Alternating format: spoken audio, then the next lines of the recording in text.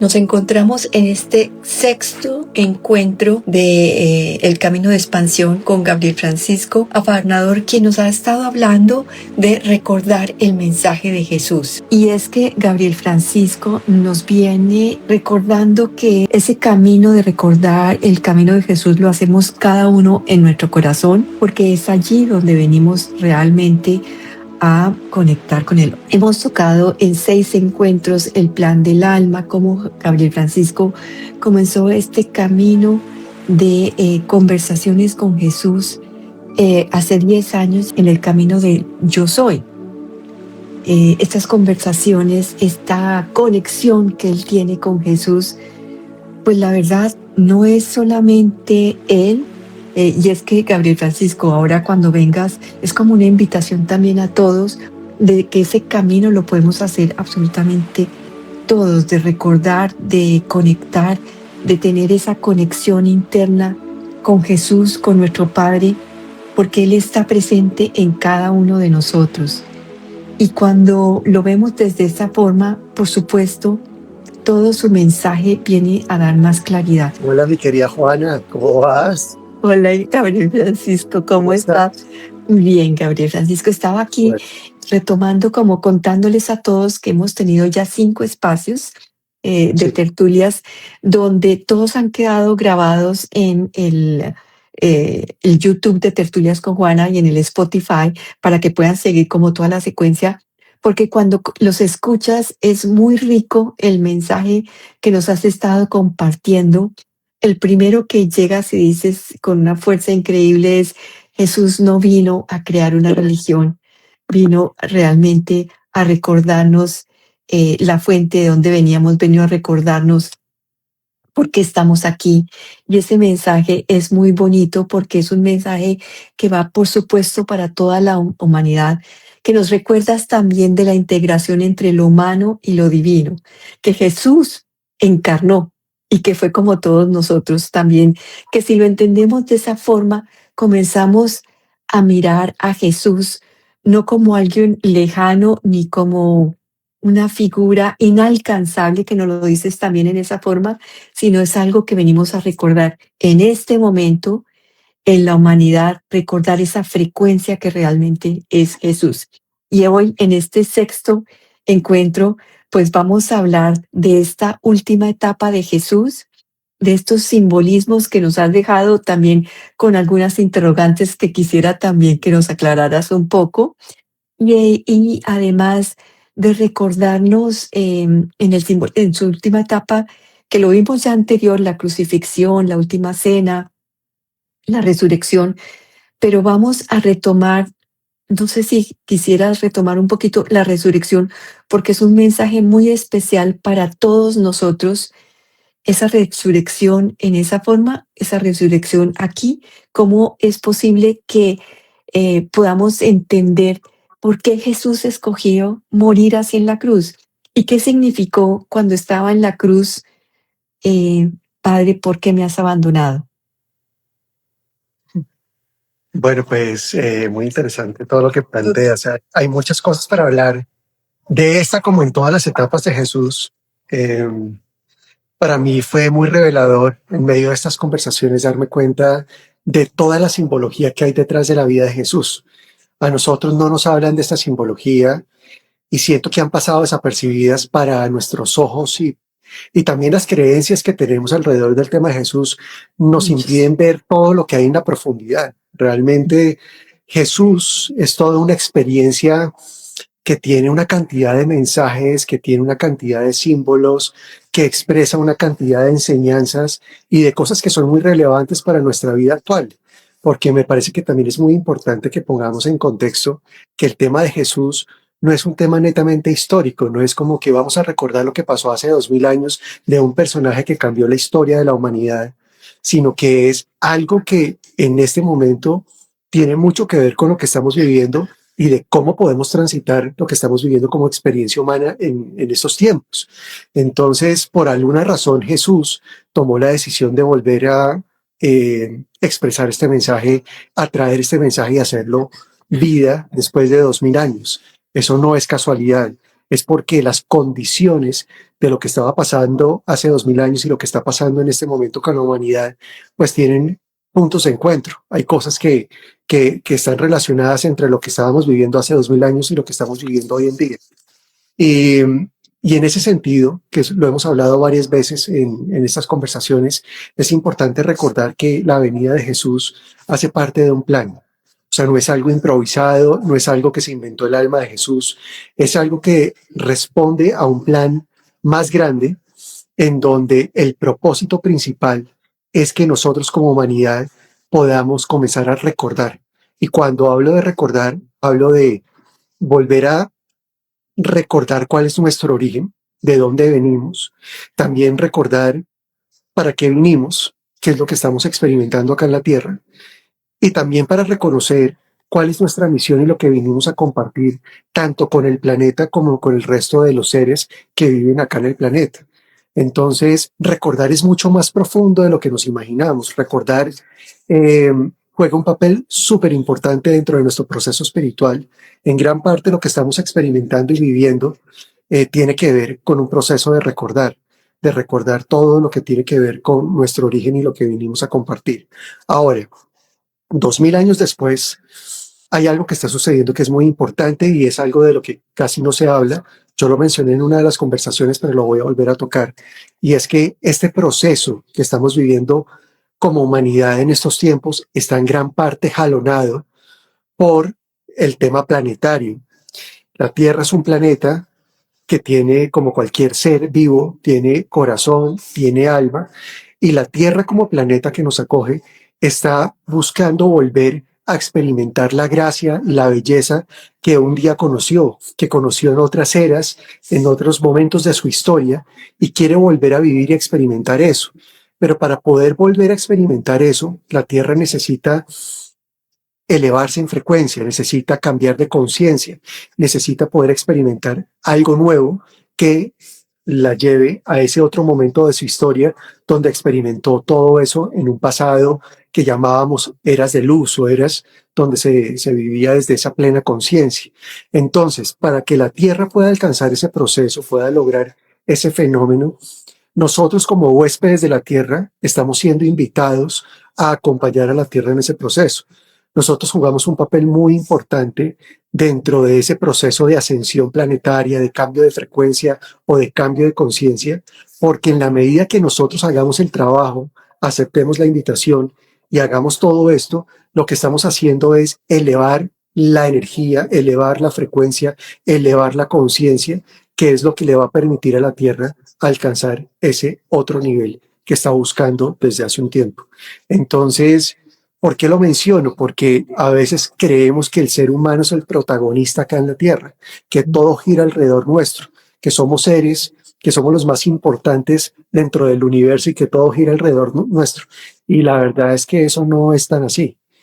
Tanto es lo que acabo de decir, que cuando Dios hizo ese plan por el cual Jesús vino hace 2000 años, se planteó de cómo apoyar a la Tierra en este proceso de recordar, y por eso Jesús decide encarnarse como mensajero, porque a través de su experiencia humana iba a poder tocar otra vez el corazón de los seres humanos y les iba a poder mostrar un camino de cómo volver a conectar conscientemente con quiénes somos, de conectar con el corazón y de poder recordar que dentro de nosotros está la presencia de nuestro Padre, de Dios, y que a través de esa presencia podemos encarnarla conscientemente para poder comenzar a experimentar algo diferente en la Tierra y elevar nuestra frecuencia para acompañar a la Tierra en todo este proceso.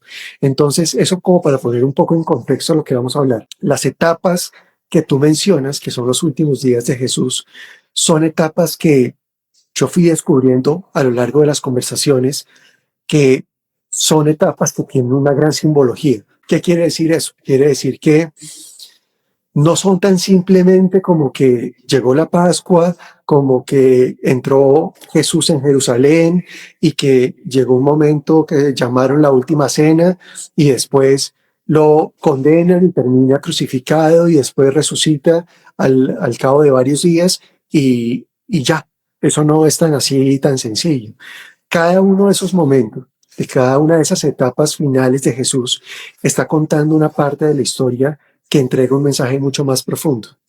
Entonces, si nosotros recordamos cuál es la misión de Jesús, para qué vino a la tierra, cuál era la parte del plan por el cual él venía, que si nosotros lo recordamos, que lo hablamos en otras sesiones, es principalmente dos cosas: mostrar a través de su experiencia humana cómo volver al corazón para experimentar la soberanía y la libertad. Soberanía y libertad son dos expresiones del amor que Jesús toca permanentemente a través de estas conversaciones y que nos recuerdan la razón por la cual él vino hace 2000 años y por la cual está vigente su mensaje 2000 años después. Si tú miras todo lo que está pasando, no solo en Colombia, sino en el mundo, tiene mucho que ver con la soberanía y la libertad. De hecho, muchos de los líderes que hoy en día están en el plano político, que confrontan tanto a la población, los están invitando por contraste o a veces de manera directa a que recuperemos la libertad y la soberanía, a que nos cuestionemos si realmente estamos viviendo desde la soberanía y libertad. Entonces no es casualidad que el mensaje de Jesús esté regresando 2000 años después, es porque es muy importante. Ahora, ¿qué tiene que ver el tema de la soberanía y la libertad con los últimos días de Jesús? Tiene muchísimo que ver. Cuando se hace ese plan por el cual Jesús viene, no solo era importante la entrada en el plan, la llegada de Jesús a la tierra, sino también la salida, porque todo estaba comunicando un mensaje y todo tenía que ver con el plan y tenía que ver con la preparación que él tenía que tener para poder cumplir con su ministerio y para lo que él venía a compartir con la humanidad. Entonces, es muy importante reconocer que sus últimos días no fueron accidentales de por qué en medio de la Pascua judía Jesús termina muerto. La Pascua, como lo hemos hablado, creo que también lo mencionamos en alguna de las conversaciones, La última. la Pascua juega un papel muy importante dentro de las celebraciones del pueblo judío, porque conmemora cuando el pueblo judío se liberó de la esclavitud en Egipto. Recordemos que el pueblo judío estuvo oprimido por el pueblo egipcio durante un buen tiempo, y sucedió que después de varias plagas, después de la última plaga, el faraón de Egipto le da la autorización o permite que el pueblo judío salga de Egipto y se libere Egipto. Entonces, cuando eso sucede, a partir de ese momento se conmemora la liberación del pueblo judío de la esclavitud de Egipto, y esa es la celebración de la Pascua. Y nosotros miramos lo que pasa con Jesús durante la Pascua, pues te vas a empezar a dar cuenta de algunos elementos que son importantes. Primero, cuando Jesús entra en Jerusalén, en medio de la Pascua, entra en un asno, en un burro. Y recordemos que el pueblo judío tenía la esperanza de que llegara un Mesías, y que ese Mesías, que era un ungido de Dios, llegara como un gran militar que le permitiera salir de la opresión que estaba viviendo en ese momento por parte del Imperio Romano y que pudiera recuperar su libertad. Pero lo veía como un libertador, como un salvador, pero más desde el punto de vista militar. Si tú miras lo que es la historia, pues uno se imagina a alguien que viene a liberar a un pueblo, te lo imaginas como un gran militar en medio de un caballo que hace una entrada triunfal.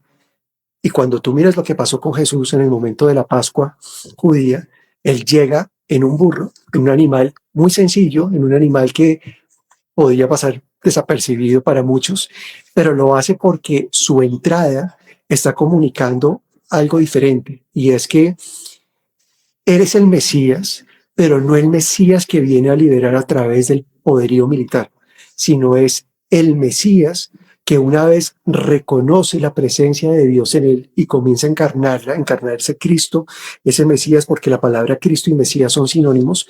Cristo viene del griego, mientras que Mesías viene del hebreo. Estamos hablando de lo mismo. Entonces, Jesús ya está encarnando ese Cristo cuando entra en Jerusalén. Ya es ese Mesías, pero no lo hace triunfante como un militar en medio del poder y de una cantidad de cosas ostentosas como si fuera el gran militar de todos los siglos, sino lo hace en un asno, y lo hace para comunicar un mensaje, y es que él entra suavemente en el corazón de las personas.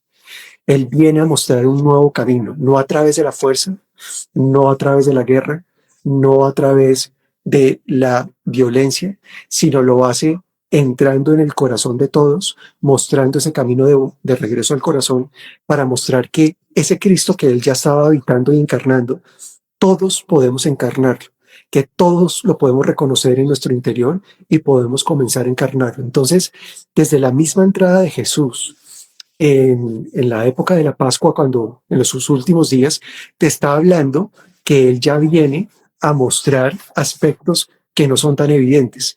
Vengo como Cristo, vengo como un Mesías, pero vengo a entrar suavemente, sutilmente y de forma amorosa en el corazón de todos aquellos que escuchan mi mensaje, para que cada uno reconozca que ese Cristo, que ese Mesías, habita en el interior de cada uno y cada uno lo puede comenzar a habitar para recuperar la soberanía y alcanzar de nuevo la libertad. Ese es el primer tema de Jesús en esa entrada triunfal en Jerusalén en medio de la Pascua. No sé si quieras comentar algo sobre ese tema antes de seguir avanzando con las otras etapas. No, te estaba escuchando porque todavía, o sea, pienso que es importante toda esa simbología y nos las está recordando de una forma diferente. Después sí te hago las preguntas, yo te hago alguna seña, ¿ok? Listo. Entonces, la Pascua, al ser ese momento, esa celebración del pueblo judío que conmemora la recuperación de la soberanía y la libertad, pues es el mejor espacio simbólico para lo que venía a ser Jesús y para el mensaje que traía. Si Él, dentro de su misión, venía a ayudarnos a recordar que todos nosotros, cuando aceptamos la invitación a volver al corazón, podemos reclamar nuestra soberanía, volver a ser los gobernantes de nuestra vida y recuperar la libertad, pues la Pascua judía era el mejor momento para comunicar ese mensaje.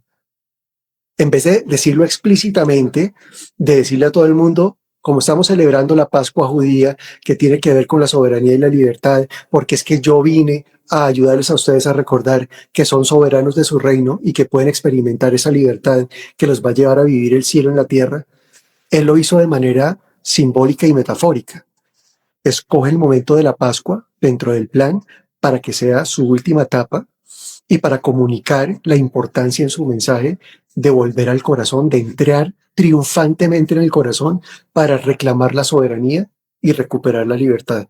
Entonces, por eso la Pascua juega un papel tan importante en los últimos días de Jesús, porque está comunicando que al igual que la libertad que experimentó su pueblo años antes, cuando se liberó del pueblo egipcio, pues lo mismo está sucediendo en ese momento cuando Él está llegando. Él está anunciando que Él viene a mostrar el camino para que encontremos la soberanía y la libertad. Y que decías tú, o sea, lo que estaba pensando, lo que las palabras me dicen tuyas es también en la parte política. Buscamos esa paz, buscamos esa libertad, buscamos ese, como entendernos los unos a los otros políticamente, socialmente, afuera, y Él nos está invitando, no es afuera. Esa soberanía no es afuera, es adentro. Esa libertad no es afuera, es adentro. Exacto, porque es que si tú ves lo que está pasando hoy en día, la gente está esperando que llegue un gobernante que lo salve, que cambie las condiciones, que podamos salir de tanto sufrimiento y de tanto conflicto para volver a experimentar cosas diferentes. Y eso no está pasando. Y no va a pasar, en ninguna parte del planeta va a pasar eso. Van a llegar seres que están preparados desde su conciencia para ayudarnos a recordar que esa soberanía, ese volver a recuperar nuestro gobierno, solo lo podemos hacer nosotros dentro de nosotros, que solo cada uno de nosotros realmente va a poder convertirse de nuevo en el gobernante de su vida para experimentar la verdadera libertad, que es la que nos va a permitir vivir una vida plena acá en la tierra. Entonces, por eso, lo que estamos viviendo a nivel político, social, en diferentes partes del mundo tiene que ver con esto. Yo he venido hablando en los últimos días, bueno, en las últimas semanas, sobre el tema político en Colombia, haciendo algunas reflexiones sobre el tema de la conciencia, y tiene que ver con todo esto. Y es, salgamos de la fantasía que estamos eligiendo al que nos va a llevar a experimentar el gran cambio en Colombia. Eso no es así. Lo que estamos viviendo con el tema político es un reflejo de cómo estamos nosotros experimentando la conciencia aquí en Colombia. como conciencia colectiva, Entienda. cuál es esa conciencia que estamos sosteniendo, qué es lo que estamos viviendo, cómo nos estamos relacionando con nosotros mismos, con los demás, con las instituciones que nos gobiernan, qué es lo que está pasando aquí, por ejemplo, en Colombia, y por eso estamos viendo esos candidatos que tenemos en este momento. Entonces, hay uno de esos candidatos, ya quedan dos, entonces uno puede más fácilmente saber cuál es, pero hay uno que utiliza unos términos que yo creo que él no es del todo consciente que los utiliza o que no sabe exactamente por qué los utiliza, pero me parece estar oyendo cosas que tienen que ver con la misión de Jesús. No estoy diciendo que sea el Mesías, no estoy diciendo que sea el ser que nos va a llevar a experimentar la nueva tierra, pero habla de expresiones como soberanía, habla de libertad, habla incluso de términos muy mesiánicos eh, que no me parecen casualidad, me parece que tienen mucho que ver con la conciencia que estamos sosteniendo como sociedad en Colombia en este momento y que está anunciando la oportunidad de que nos encarrilemos en esa frecuencia. ¿Qué quiere decir eso? Que dependiendo de cómo nosotros nos enfoquemos en el manejo de nuestra conciencia y de las decisiones que también tomemos sobre cuál gobernante vamos a elegir en Colombia, pues es como si podemos sintonizar un canal o sintonizar otro canal, entrar en una línea de tiempo o entrar en otra línea de tiempo para los que conocen el tema espiritual. Entonces tenemos la gran oportunidad hoy de quedarnos con un gobernante que nos va a llevar tal vez a un despertar muy fuerte, o tenemos la posibilidad de elegir un gobernante que nos va a ayudar a despertar, pero que al mismo tiempo abre la puerta y una nueva luz hacia un camino que poco a poco nos puede ir conduciendo hacia una nueva tierra. Entonces, lo que pasó con Jesús hace 2000 años no es ajeno a lo que estamos viviendo. Tiene muchísimo que ver, muchísimo, muchísimo que ver. Entonces, la Pascua judía, así, dime. No, sí, que lo otro de eso que estás, o sea, te he entendido durante estas 6 conversaciones y también dentro de mi camino, es que ese despertar que pareciera también afuera, no es afuera, sino es en cada uno de nosotros. Esa soberanía, como tú lo dijiste antes y ahora lo revisamos, no es afuera, es la soberanía nuestra, pero en todo, también en ese camino espiritual, ese reconocer y recordar nuevamente. Por eso el tema de recordar el mensaje de Jesús, desde la palabra recordar ya viene una implicación muy grande a revisar significa recordar, ya lo dijiste en estos momentos. Recordar es el paso que antecede a reclamar la soberanía. Ujú. Todo aquel que no recuerda, pues ni siquiera se da cuenta que puede llegar a ser soberano de su reino, que puede convertirse de nuevo en el gobernante de su vida. Y entonces va a seguir esperando que la solución venga de afuera, que venga de un político, que venga de una religión, que venga de un sistema financiero, que venga del sistema de educación, que venga de un médico que le diga qué tiene que hacer con su salud. Y eso nunca va a pasar. Por eso, si tú haces un paralelo con lo que estamos viviendo hoy versus lo que estaba viviendo Jesús hace 2000 años cuando llega el pueblo judío estaba gobernado en ese momento en gran parte por el Imperio Romano, estaba Ujú. oprimido por el Imperio Romano, que militarmente lo tenía dominado, impositivamente lo tenía en gran parte dominado y lo tenía limitado en otros aspectos de su vida cotidiana. Hoy en día no tenemos como tal ese imperio encima nuestro, pues no por lo menos acá en Colombia, pero sí tenemos una serie de instituciones que juegan ese rol. Instituciones políticas, sociales, financieras, de educación, religiosas, de salud, que de alguna manera nos han enseñado y nos han conducido a creer que dependemos de esas instituciones, que ellos son los que tienen la razón, que tenemos que seguirlos a ellos, que somos como esclavos de esas instituciones. Pero todo esto se está despertando en este momento precisamente para que comencemos a recordar que el verdadero gobierno nace dentro de uno y que cuando yo puedo reconocer que ese gobernante ya habita dentro de mí, puedo comenzar a vivir esa vida entrando en contacto conmigo mismo como gobernante y que no tengo que depender de esas instituciones externas. Esas instituciones lo único que logran, y no quiero que suene como un juicio ni como algo negativo, es parte del juego de la conciencia, pero esas instituciones lo que han hecho es separarnos de nuestra propia libertad, separarnos de nuestra propia soberanía, separarnos de nuestro propio poder y llevarnos a creer que nosotros dependemos de algo externo. Hoy la invitación y este mensaje de Jesús a través de ese libro que va a salir en algún momento con estas conversaciones, habla de esto, de cómo volver a ser el gobernante de tu vida, cómo recuperar esa soberanía, cómo experimentar la verdadera libertad para que puedas vivir una vida plena. Porque al final eso es lo que cuenta, lo que queremos vivir acá en la tierra es estar en paz, es sentirnos felices, es estar en equilibrio, en armonía, sentirnos abundantes, tener salud, sentirnos plenos con lo que hacemos, inspirados con lo que nos apasiona y lo que nos gusta hacer en nuestra vida cotidiana. La pregunta para ti que nos estás escuchando es, hoy en día, ¿qué tan pleno te sientes cuando miramos todos estos aspectos? ¿Qué tan pleno te sientes? Y si sientes que no eres del todo pleno, la pregunta es, ¿qué tanto influye ese tema de las instituciones que acabo de mencionar en todo este juego de la conciencia y que te llevan a olvidar el poder que tienes dentro de ti y a entregar tu soberanía para que aparentemente eso venga desde afuera?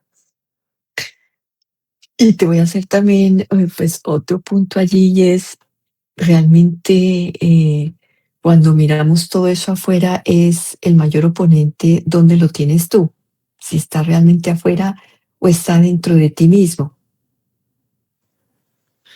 Sí, sí, cuando no eres consciente y no has recordado eso, llegas a creer que también el mundo externo es el que te condiciona y te conviertes en una víctima sin darte cuenta de todo lo que está sucediendo afuera cuando realmente es la forma como tú te relacionas con el mundo externo, como lo Exacto. interpretas, como lo vives en tu interior, que crea esa aparente realidad que tú crees estar viviendo. Ajá. Ahí es donde te das cuenta que la realidad como tal no es lo que nosotros conocemos como realidad. La realidad es muy distinta, la verdad es muy diferente. Y entonces comenzamos a vivir desde un lugar donde comenzamos a interpretar lo que vivimos sin darnos cuenta que eso de alguna manera nos lleva a creer que lo que estamos viviendo es real cuando realmente no es real, sino es una ilusión que cumple un propósito. La misma ilusión es la fantasía que te lleva en algún momento a explorar el camino de regreso a la realidad. Para poder conocer la realidad acá en la Tierra, es importante experimentar la fantasía y la ilusión. Y para eso el ego juega un papel muy importante. Gracias al ego, gracias al falso personaje que creemos ser, nos metemos en unas historias dentro de nosotros que nos llevan a interpretar lo que estamos viviendo y eso es lo que al final crea lo que nosotros llamamos realidad, que realmente no es real, sino es una ilusión.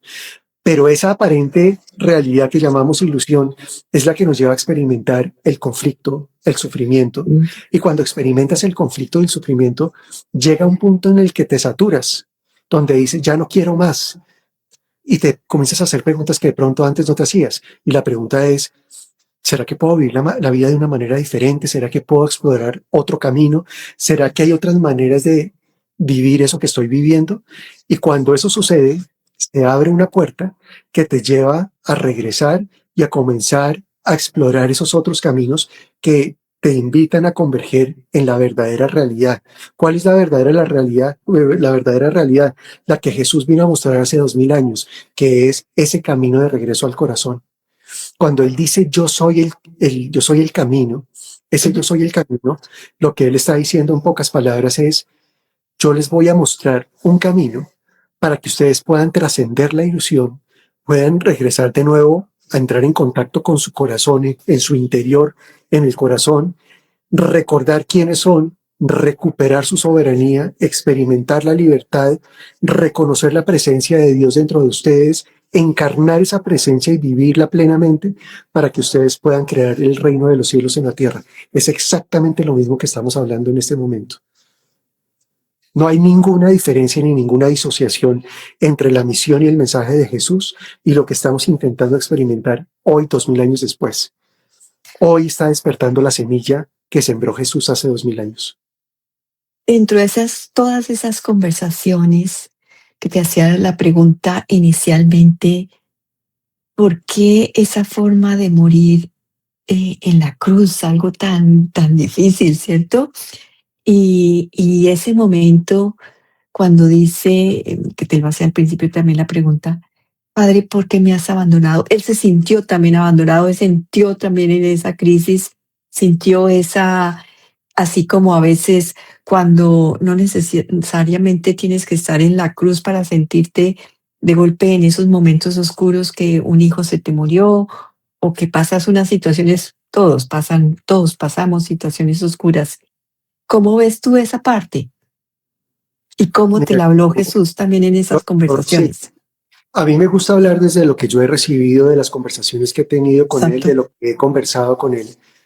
Hay muchas cosas que se dicen en la Biblia que, particularmente en el libro que escribí con él, no las menciona. Entonces ahí no me voy a detener, pero sí quisiera mencionar algunas cosas.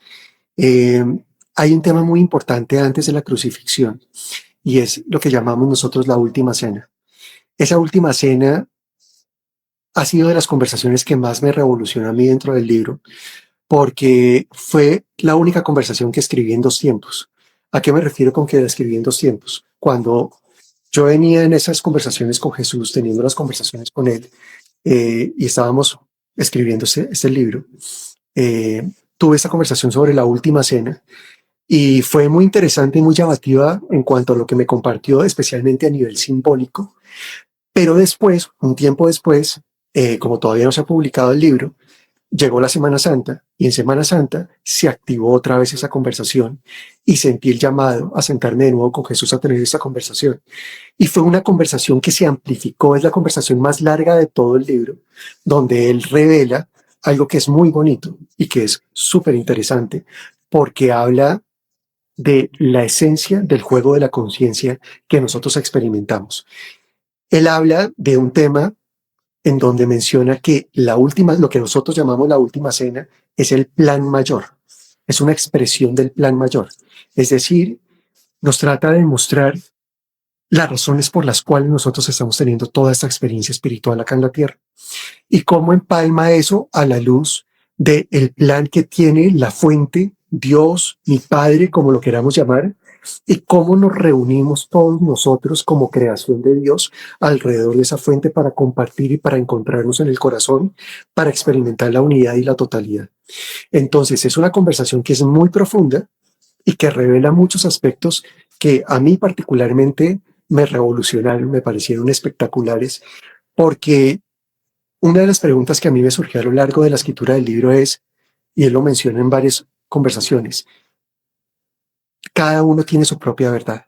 No hay una verdad absoluta acá en la tierra. Cada uno maneja su propia verdad.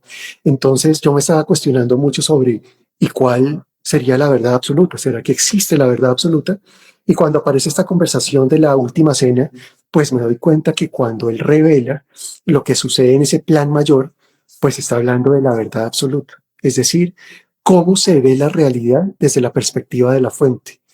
Entonces, para él, la última cena no fue la última cena porque tuvo muchos otros encuentros con sus discípulos posterior a su muerte y luego de su resurrección. Entonces, para él es muy claro que eso que nosotros llamamos la última cena realmente no es la última cena, sino es un momento donde decidimos encontrarnos para recordar cómo volver a estar en esa comunión alrededor de la fuente y nos revela en esa conversación cada uno de estos elementos que te estoy mencionando, de cómo cada uno de nosotros es único y que podemos reunirnos para compartir en unidad y que cuando nos reunimos en ese compartir en unidad en el corazón, podemos experimentar y reconocer lo que es la totalidad y lo que es la verdad absoluta. Si tú lo miras para efectos de lo que sucedió en la última cena, pues estás viendo algunos eventos, como por ejemplo la traición de Judas. Ujú, Está presente el tema de lo que se habla de partir el pan y compartir el vino.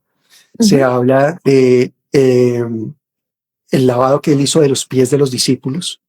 No sé si se me escapa algún otro. Bueno, el número de participantes Sí. en esa última cena. Cada uno de esos elementos estaba está comunicando algo dentro de la simbología de lo que él quiere comunicar. Por ejemplo, el tema de los 12 discípulos. Entonces, cuando hablamos de los 12 discípulos, yo le pregunto sobre eso y él me habla del número 12 y me habla que es un número muy especial porque es un número que nos recuerda el crecimiento exponencial de la presencia de nuestro Padre en la creación. Nos habla de cómo se da ese recuerdo de la presencia de Dios que habita dentro de nosotros y cómo se da exponencialmente el crecimiento de ese recordar. Entonces el número 12 juega un papel muy importante cuando se habla de los 12 discípulos. No es simplemente un dato aislado, sino que comunica cosas mucho más profundas. También es como si fuera el encuentro de las 12 tribus de Israel alrededor de Dios, alrededor de la fuente. Cuando tú oyes hablar de los 144,000, que es un número que pues es un tema que se está hablando hoy en día en los, ¿cómo se llama? En los círculos espirituales, que se habla de los 144,000 o de las 144,000 almas que vienen a acompañar el proceso del despertar de la humanidad. Si tú ves ese 144,000, es 12,000 por 12, o sea, el número 12 está muy presente en ese número. Entonces es un número que comunica cosas, es un número que nos está recordando que la presencia de nuestro Padre está creciendo y estamos comenzando a recordar esa presencia y ese crecimiento es exponencial. Entonces, por ejemplo, yo te diría que a mí me encantaría que cuando se lance este libro, ese número 12 sea utilizado en la forma como se viralice o se difunda este libro. Que cada persona que escuche esa información, si resuena con esa información, la comparta con 12 personas. Y cada uno de esos 12 con otras 12. Y cada uno de esos 12 con otras 12. Y así va a crecer exponencialmente y este mensaje va a llegar más fácilmente al corazón de las personas cuando se utiliza ese número que nos habla de este crecimiento exponencial del recuerdo de la presencia de nuestro Padre en nuestro corazón. ¿Sí vas a preguntar algo? Sí, en ese punto que dijiste que es muy importante en el plan mayor de la última cena, hablaste de que nos reunimos alrededor de la fuente, me hace recordar, o sea, o me lleva a decir que ese realmente también es el camino que vamos a hacer todos como chispas de luz. Vamos a reunirnos finalmente, que lo habla también en la Biblia, no me acuerdo cómo lo dice, pero dice, nos vamos a reunir al final de los tiempos, pero es reunirnos, el plan mayor es realmente reunirnos todos como almas individuales únicas, como chispas de luz, de regreso nuevamente a la fuente para poder compartir en unidad, porque es la única forma como realmente vamos a regresar todos hasta allí, en ese compartir, en ese encontrarnos, en ese respetarnos, y allí podemos encontrar la verdad absoluta de lo que somos. O sea, que cuando nosotros partimos individualmente y nos desencarnamos, eso es una partecita del plan, pero el plan mayor es cuando todos realmente subamos o bajemos, bueno, nos encontremos en la fuente. Es Ahí que está. ese reencuentro que tú llamas es el resumen de lo que es el juego de la conciencia, donde hay una sola conciencia, una sola fuente, un Dios, como lo quieres llamar, una presencia, no importa cómo lo llames, y esa presencia o esa fuente se siente inspirada a moverse y a crear, porque a través de la creación, cuando crea, va a poder tener experiencias. Esa gran conciencia, a través de su creación, tiene experiencias. Y a través de esas experiencias es que la fuente recuerda quién es. Lo que quiere decir eso es que la fuente no simplemente se queda con que yo soy la fuente, sino que se siente inspirada a crear para experimentar lo que significa ser la fuente. Y que cuando se experimenta toda esa fuente, es que se llega a esa comprensión profunda de quiénes somos realmente. Ese también es el misterio de la Santísima Trinidad. El misterio de la Santísima Trinidad no es un misterio como tal, ni es lo que nos han querido mostrar a través de la religión, que es algo como que es inalcanzable y simplemente repite el Padre, el Hijo y el Espíritu Santo. El Padre es la fuente, el Padre es la gran conciencia, la conciencia unificada, y esa gran conciencia no se satisface simplemente con decir yo soy la fuente o con saber qué es la fuente, sino que una parte de ella, de su energía, que es lo que es el Espíritu Santo, la anima o la inspira a que esa fuente comience a crear. Y esa creación que tiene la fuente es lo que llamamos el Hijo. El Hijo es la creación. Y a través de los hijos o el Hijo o esas conciencias como individualizadas, es que tenemos un sinnúmero infinito de experiencias, y a través de todas esas experiencias es que la fuente se reconoce a ella misma. Ese es el verdadero misterio de la Santísima Trinidad. Es un misterio que nos está hablando del movimiento de la conciencia, que nos está recordando que todos somos uno solo, somos uno, y que en esa unicidad, en esa unidad, en esa totalidad, podemos experimentar y jugar con nuestra propia energía, con nuestra propia conciencia, para crear, y que a través de nuestra creación tenemos experiencias que son las que al final nos permiten integrar a un nivel profundo cómo es que se experimenta y se vive ser la fuente. Entonces, ese encuentro que llamamos la última cena nos está recordando eso. Es el encuentro alrededor de la fuente.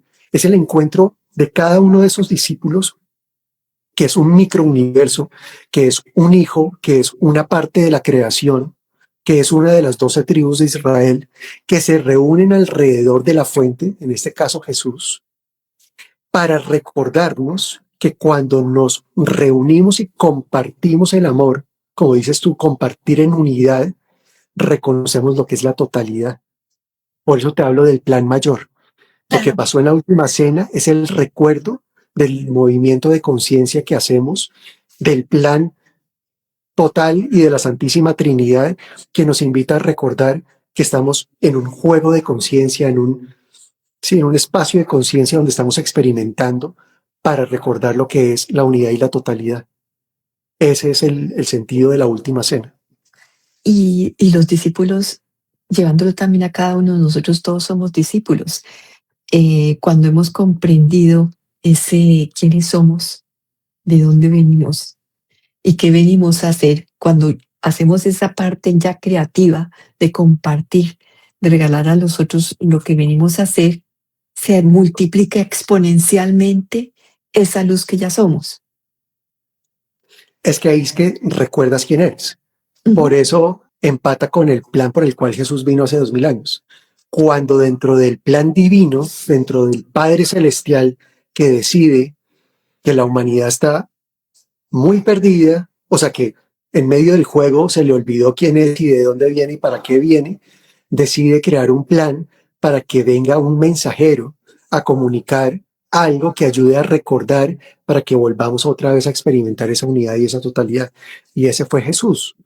Entonces todo esto encaja. Ese gran plan o ese plan mayor encaja con el plan por el cual Jesús vino hace 2000 años, a ayudarnos a recordar para experimentar de nuevo a través de la unicidad y de nuestra humanidad lo que es la unidad y lo que es la totalidad. Todo está alineado, todo está alineado. Lo que pasa es que no nos damos cuenta. Ahora, nos hablaste también de la traición de Jesús y el símbolo del pan y el vino. ¿Nos podrías contar algo de eso sin, ¿cómo dice? Expoliar, como decías tú, sin dañar. Sin expoliar el libro. Es difícil no expoliarlo, pero pues se los voy a contar un poco. Ya después ustedes sentirán la curiosidad de explorarlo a través de la conversación, porque cuando uno lee el libro y está en el silencio de su interior, hay muchas cosas que llegan que no son tan evidentes al principio, que pueden pasar desapercibidos para la mente, pero que llegan directamente al corazón. Entonces, igual voy a comentar algo sobre esos elementos de la última cena. Cuando yo le pregunté a Jesús sobre ese tema de partir el pan y compartirlo, hay una simbología detrás, y es que cada uno de los que estaba presentes en esa última cena, cada uno en su cuerpo, cada uno en su humanidad, es un regalo para los demás y se viene a compartir con los demás. Cuando él parte el pan, es como el cuerpo lo parte y se lo comienza a pasar a los demás para que cada uno entre en comunión con ese pan. Es un recordar que cada uno de nosotros en su humanidad viene como un regalo para compartirse con los demás. Cada uno es un regalo desde su parte humana. Es un regalo y viene a compartirse. Cada uno es único. Y cuando cada uno en su unicidad se reúne para compartir en comunión, en ese momento es que podemos experimentar la unidad y la totalidad. Entonces, hay una simbología profunda alrededor del tema del pan, pero también alrededor del tema del vino, porque cuando él toma de ese vino y lo comparte, y cada uno toma de ese vino, recuerda que esa es la sangre real. Esa es la savia que habita dentro del espíritu de cada uno de nosotros. Es como la sangre que fluye en el espíritu de cada uno de nosotros. ¿Y cuál es esa sangre? Esa sangre es el amor. Entonces, a través de ese tema del vino, simbólicamente es como recordar que dentro de cada uno de nosotros fluye en nuestro espíritu el amor. Y que cuando nosotros nos reunimos para compartir el amor, que es la savia, que es la esencia de nuestro espíritu, recordamos quiénes somos, la unidad y la totalidad. Entonces, el compartir el pan y el vino es compartir mi parte humana y mi parte divina. Es la integración de lo uno y de lo otro.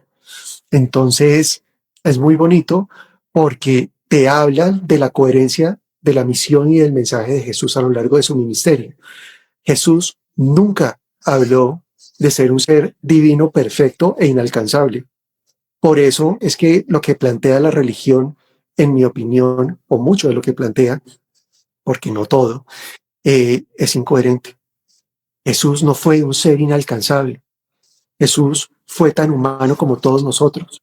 Jesús, siendo un ser divino como todos nosotros, como espíritu y como amor, eligió encarnarse en un cuerpo y experimentar como humano, porque a través de esa experiencia humana es que Jesús iba a mostrar la grandeza del espíritu. Era a través de lo humano que él iba a poder mostrar cómo se experimenta el amor incondicional en la tierra. El amor incondicional en la tierra no se experimenta fantaseando con el amor, hablando bonito y hablando carreta. Ese no es el amor incondicional en la tierra. El amor incondicional en la tierra pasa por abrazar nuestra humanidad con benevolencia y con compasión. ¿Cómo me permito ser humano y transitar mi humanidad reconociendo que desde mi parte humana olvido cosas, que a veces no sé cómo tomar decisiones, que a veces me puedo equivocar, que puedo juzgar, que puedo experimentar conflicto, que puedo sufrir, pero cómo aprendo aquí en la tierra a abrazarme desde mi espíritu, a abrazar esa parte humana para poder encontrarme y entrar en unidad conmigo mismo para expresar el amor incondicional.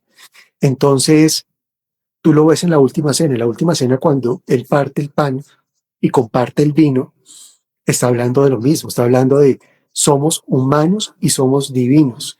Y es en esa integración de lo humano y lo divino, cuando nos reunimos a compartirlo en el amor que somos, que recordamos lo que es la unidad y la totalidad, que es el gran plan mayor que nos rige a nivel del universo. En ese plan mayor hay una traición. Una aparente traición. Una aparente traición. Cuéntanos. ¿Y por qué digo que una aparente traición? Porque es importante comprender que todo esto es un plan, que la vida de Jesús y lo que él vino a hacer, lo que vino a comunicar y la forma como lo vino a comunicar y todo como se vio, está lleno de simbología, está lleno de mensajes.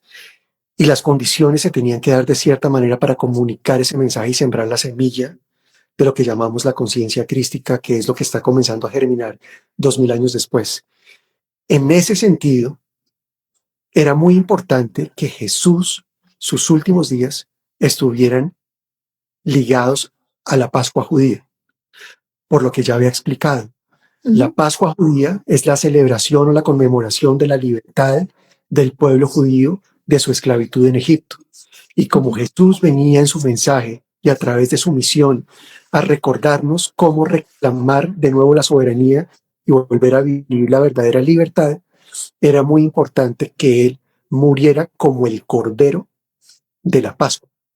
Recordemos que cuando el pueblo judío en la época de Egipto se va a liberar de Egipto, Dios se hace presente y le comunica a Moisés que sacrifiquen corderos y que con la sangre del cordero marquen la puerta de las casas de los judíos, para que cuando pase la plaga la plaga no afecte a esas casas de los judíos.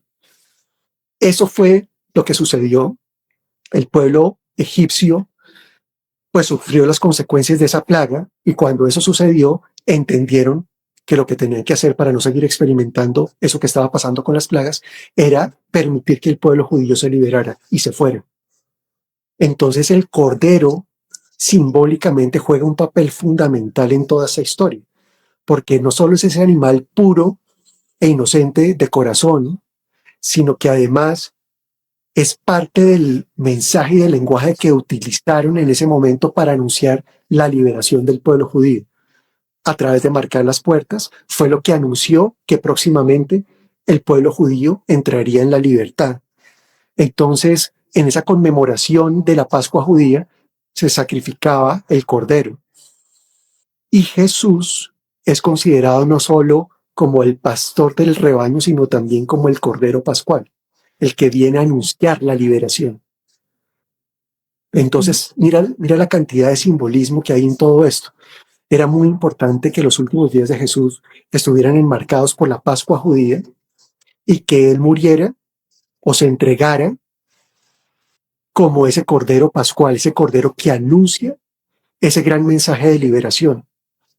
Que la humanidad no lo hubiera entendido durante mucho tiempo es otra cosa, pero su mensaje está enfocado en que él, siendo el cordero de la Pascua, viene a anunciar la liberación de la humanidad para todo aquel que elija recorrer el camino de regreso al corazón y recordar que Dios, el Cristo, que el Mesías, habita dentro de él y que puede encarnar ese Cristo para vivir una vida plena y experimentar el cielo en la tierra. Entonces, el tema de la traición, pues es muy importante, porque se requería, para poder entregar claramente el mensaje, que se viera la muerte de Jesús en ese contexto y en ese momento, no antes ni después. Que esa fue una pregunta que yo le hice, pero ¿por qué justo en ese momento y no por qué antes o después o en otro momento? No, porque es que ese era el momento perfecto para la ejecución del plan. Entonces, la traición, realmente lo que él me comunica es que no fue una traición, sino fue una solicitud que él le hizo a Judas para que Judas lo entregara para que se pudiera cumplir con el plan. Imagínate por un momento que a ti te hagan esa solicitud, que tú amas profundamente a alguien, a un maestro, y ese maestro te pide tal vez la cosa más difícil de todas, que es entregarlo para que él muera, para que se pueda cumplir con un plan. Solo un alma evolucionada, amorosa y cercana se prestaría para cumplir con ese plan. Entonces él explica en la última cena que esa traición no es realmente una traición, sino es parte de la ejecución del plan para que se diera en ese contexto. Claro, y si para alguna persona tiene duda de qué significa lo del plan del alma, lo hemos tocado contigo en nuestro segundo encuentro, que fue el plan del alma de Jesús, que todos tenemos además un plan del alma, que aquí hacemos esos contratos y lo hablamos también en la tercera del contrato que hacemos con nuestros padres, con papá, con mamá, con todo. Hay un plan mayor que es el que, y claro, desde ese punto de vista se entiende perfectamente ese papel de Judas, que no era cualquier papel. No era cualquier papel. De hecho, cada uno de los discípulos tenía su plan y cada uno de los discípulos jugó un papel muy importante en la vida de Jesús y en lo que pasó posterior a la vida de Jesús. Porque, claro, él vino a sembrar una semilla que es el recuerdo de quiénes somos y de cómo volver a reconocer el Dios que habita dentro de nosotros. Pero esa semilla necesitaba ser sembrada y difundida a la humanidad. Y cada uno de los personajes que llamábamos discípulos jugaron un papel importante en ese proceso. Como cualquier semilla, una semilla necesita luz, necesita agua, necesita tierra, necesita protegerse para que pueda en algún momento germinar, brotar y florecer. Lo mismo pasaba con esa semilla, la semilla que sembró Jesús, y es necesitábamos que esa semilla fuera cuidada, regada, protegida, expandida, difundida, y los discípulos jugaron un papel muy importante en todo ese proceso. Esa semilla que quedó latente durante 2000 años, hoy está comenzando a germinar. Ujú. Por eso es tan importante los tiempos de hoy en día. Hoy estamos realmente a un nivel profundo comenzando a recordar que es el momento de volver al corazón, que es el momento de recorrer el camino que recorrió Jesús, que es el momento de recordar que cuando estamos dentro de nosotros en contacto con nuestro corazón, reclamamos nuestra soberanía y experimentamos la verdadera libertad y empezamos a reconocer el Dios que habita dentro de nosotros y que nosotros somos el Mesías, que no va a llegar nadie a liberarnos ni a salvarnos, sino que somos nosotros los que podemos eventualmente liberarnos a nosotros mismos del dolor y el sufrimiento humano para experimentar el cielo en la tierra. Eso es lo que estamos comenzando a despertar, a recordar hoy en día y a despertar. Cuando hablamos de despertar es esto. Por eso es que se está hablando tanto del despertar en estos tiempos, porque estamos comenzando a darnos cuenta que lo que se sembró en otro momento se está comenzando a materializar, está comenzando a germinar para recordar cómo volver al camino del amor, cómo volver a experimentar quiénes somos, a recordar lo que vinimos a compartir, a hacer el regalo para otros y a crear juntos, a co-crear juntos lo que llamamos la nueva tierra, una nueva conciencia, una nueva manera de estar en el planeta, una nueva forma de reunirnos alrededor del amor y compartir, porque así es que vamos a recordar quiénes somos y lo que es la totalidad a la cual pertenecemos. Entonces, ese es el gran regalo de Jesús. Entonces, el tema de la tradición tiene que ver con eso. Obviamente, pues el impacto fue muy grande porque eso ni siquiera lo comprendieron los discípulos. Y los discípulos lo juzgaron y pues el pobre Judas terminó muy mal, pues porque ya te imaginarás lo que eso representó para la comunidad de los discípulos y bueno, el impacto que tuvo pues terminó muriendo Judas en medio de ese proceso. De hecho, en la conversación, Jesús le rinde un homenaje a Judas y lo trata de reivindicar en esa conversación y de expresar todo el amor y toda la gratitud que tiene porque él le permitió que parte de ese plan pudiera ejecutarse en el momento que tenía que ejecutarse y de la manera que tenía que ejecutarse. Sí, es que vienen a ser, y todas estas conversaciones desde esta comprensión de cada uno cómo ayuda a ese plan del alma tan grande, lo de José también, que no se le ha reconocido, y nos decías ese reconocimiento de su lugar, a María Magdalena también. O sea, esto es un libro completo de todos estos personajes que nos dan un gran regalo de conectarnos, de recordarnos y de enseñarnos cuál es el lugar y desde dónde vamos es ese despertar y ese volver otra vez a nosotros mismos. Si esa semilla que es, podemos recordar realmente quiénes somos, si ese mensaje, aunque sea ese, se puede dejar y dónde se encuentra esa semilla, es muy grande ese primer movimiento que podemos hacer en nosotros y en los demás.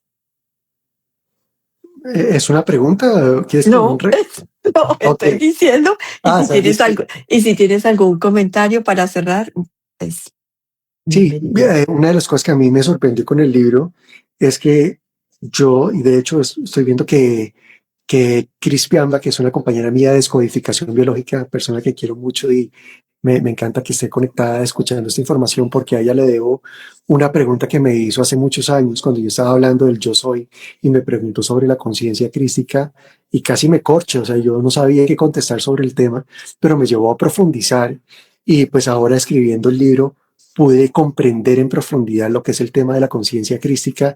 Primero, ahí está el Cristo, quién es el Cristo. Segundo, qué es la conciencia crística. Y tercero, qué es la semilla de la conciencia crística. Son tres cosas que están relacionadas, pero que son diferentes. Eh, entonces, y tienen mucho que ver también con la Santísima Trinidad, están muy conectadas con la Santísima Trinidad. Así que cuando tú hablas de la semilla, esa semilla que sembró Jesús, es una fuente de inspiración, es algo que está presente de nosotros, dentro de nosotros, que no es visible, que no es tan aparente, pero que es algo que nos inspira, es una energía que nos anima, que nos inspira a hacer un camino para recordar quiénes somos. Y esa es la conciencia crística, es recordar la presencia de Dios dentro de nosotros. Y ahí nos lleva esa conciencia, ese recordar, nos lleva a entrar en contacto con esa presencia dentro de nosotros. Todos nosotros estamos imbuidos de la presencia de Dios dentro de nosotros. ¿Qué quiere decir eso? Que cada uno de nosotros como creación de Dios, hay una parte de la fuente que está dentro de nosotros. Es lo que llamamos el Padre, Dios, la fuente, como lo quieras llamar. Pero eso lo que quiere decir es que no hay que buscar a Dios afuera. Dios no está afuera, Dios está dentro de nosotros porque la fuente está dentro de nosotros. Somos una expresión de la fuente, somos una creación de la fuente, somos la misma fuente. Pero para poder llegar a tener esa comprensión profunda de que somos la fuente, recorremos un camino, y es el camino que hizo Jesús hace 2000 años, y su legado fue sembrar esa semilla para que hoy nos sintiéramos inspirados a través de esa semilla a recorrer ese mismo camino para volver al corazón y para entrar en contacto con el recuerdo de quiénes somos, que es la conciencia crística, y reconocer que esa presencia de Dios ya está dentro de nosotros y es el Cristo. Y que cuando yo me doy cuenta que ese Cristo está dentro de mí, que yo soy ese Cristo, puedo comenzar a habitar o encarnar conscientemente ese Cristo para comenzar a vivir una vida desde ese Cristo. Todos somos Cristo. Todos somos un Cristo potencial. No, eso no le pertenece a un solo ser. No es potestad ni es solo para Jesús o para su linaje, sino que todos estamos imbuidos de esa presencia de Dios y cada uno de nosotros puede comenzar a vivir desde esa presencia de Dios y puede comenzar a crear desde esa presencia un cielo acá en la tierra. No es una vida perfecta, pero es una vida donde se experimenta el amor, donde te sientes más pleno, donde estás más feliz, donde te sientes más en paz, más en armonía, en equilibrio, donde tienes mejor salud, tienes mejores relaciones, donde te sientes inspirado y apasionado por lo que haces en tu vida cotidiana.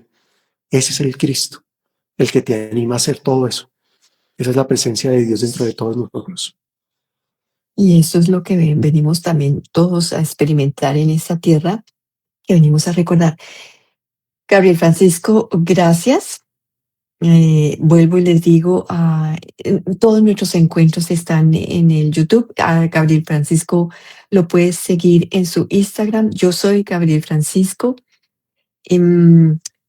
Este espacio de tertulias con Juana es un espacio donde hemos hecho ese camino de inspirar a otros, es un encuentro de almas, es donde recordamos que así como somos muchas voces, a todos nos cobija es una sola conciencia, es recordar que ese camino cuando regresamos a nosotros mismos, yo lo llamo recordar tu magia interna, vivir nuestra magia interna, porque es como si fuera mágico el mundo cuando vives desde la abundancia, el amor, la paz, la armonía, la felicidad, ¿cierto? Cuando eres recuerdas eso que ya somos todos. Bueno, a todos, muchísimas gracias, Gabriel Francisco, nuevamente. Gracias. Gracias por tu compromiso con abrir este espacio. De verdad que ha sido muy generoso el poder compartir a través de este espacio todo este tema de estas conversaciones y legado de Jesús. Y te agradezco de corazón que abras este canal para que esa conciencia crística se pueda materializar hoy en día y comience a germinar acá en la tierra. Y gracias a todos por a todos los que nos acompañaron. Gracias por su presencia. La pregunta que te queda a ti para la próxima vez es que nos cuentes cuándo va a salir este libro. Ahorita no, la próxima vez.